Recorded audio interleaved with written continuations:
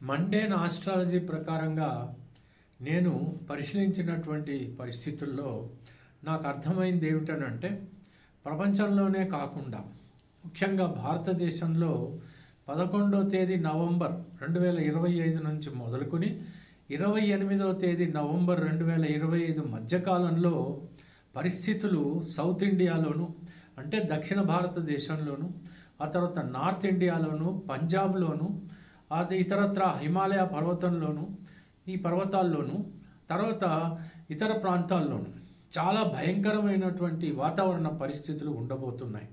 భూకంపాలు, జలము అనేటువంటి విధ్వంసం ఇవన్నీ కూడా జరగబోతున్నాయని నాకు అర్థమవుతోంది. కాబట్టి అన్ని ప్రాంతాల వారు కూడా అప్రమత్తంగా ఉండాల్సినటువంటి పరిస్థితి. ఈ రకంగా చెప్పటానికి నాకు ఒక రకంగా చెప్పాలంటే సందేహమే కలిగింది.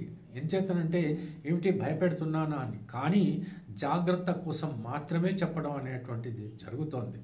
ఇదంతా కూడా వాతావరణ పరిస్థితుల ప్రకారంగా ముండని ఆస్ట్రాలజీలో, అంటే దీన్ని తెలుగులో మేధిని ఆస్ట్రాలజీ అంటారు, ఈ ప్రకారంగా కనుక తీసుకుంటే అర్థమైనటువంటి ఈ విశేషం. కాబట్టి జాగ్రత్త.